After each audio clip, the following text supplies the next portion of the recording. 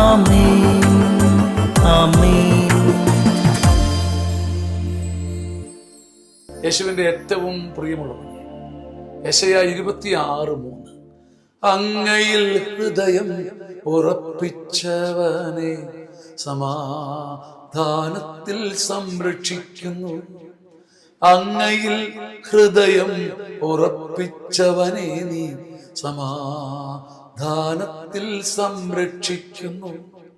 യെശയ്യാ 26:3. അങ്ങയിൽ ഹൃദയം ഉറപ്പിച്ചവനെ അങ്ങ് സമാധാനത്തിന്റെ തികവിൽ സംരക്ഷിക്കുന്നു. അതിനകത്തെല്ലാം ഉണ്ട്.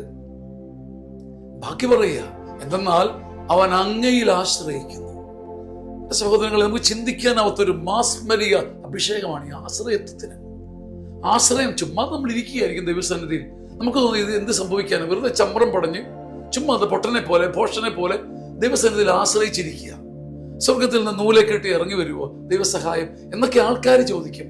പക്ഷെ ഈ ആശ്രയത്വം, ദൈവത്തിൽ ആശ്രയിക്കുമ്പം, ഹൃദയം അവനിൽ ഉറപ്പിക്കുമ്പം, നമ്മളെ ഇളക്കി മറിക്കുന്ന, വലിച്ച് കുഴയ്ക്കുന്ന, ഇടിച്ച് അമർത്തുന്ന പ്രശ്നങ്ങളുടെ നടുവിൽ പൊട്ടനെ പോലെ ദൈവത്തിൽ ആശ്രയിക്കുമ്പോൾ ആശ്രയം വലിയൊരു അഭിഷേകമാണ്.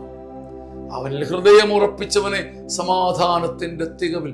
ചിലപ്പോൾ അവനൊരു കളിയോടത്തിൽ ഒലയുകയായിരിക്കും, വള്ളം ഒലയുന്നത് പോലെ അവൻ പെടയുന്നുണ്ടാവും. പക്ഷെ അവന്റെ ഹൃദയം ഉടയില്ല, ഉലയില്ല. സമാധാനത്തിന്റെ തികവ്, ആശ്രയം എന്ന് പറയുന്നൊരു അഭിഷേകമാണ്.